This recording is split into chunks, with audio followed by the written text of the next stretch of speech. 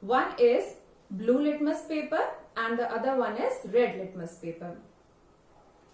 Now, how do we come to know that whether the substance is an acid or a base?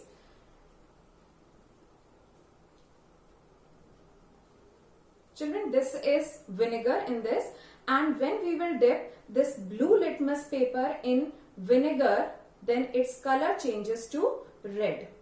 So this shows that this is an acid. And when we will dip this red litmus paper in soap solution, then it is going to change its color to blue.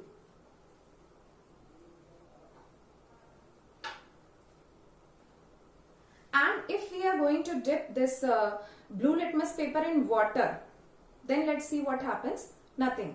It is blue only because water is a neutral substance. Neither it is acidic nor it is basic.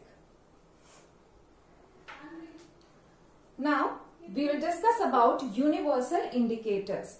Now children, we have already discussed that the acids or the bases, they can be weak or strong. Means the different strengths are there. So to these, a name is given to it, that is pH number.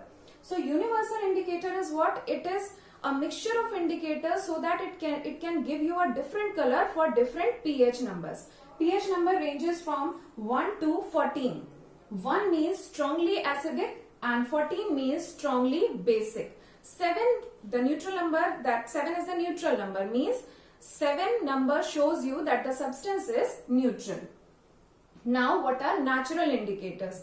Natural indicators can be prepared from the colored parts of the plant. Like this is turmeric powder, and this is extracted from stem. Similarly, other substances, means other natural indicators can also be prepared from flowers, from leaves. It can be prepared.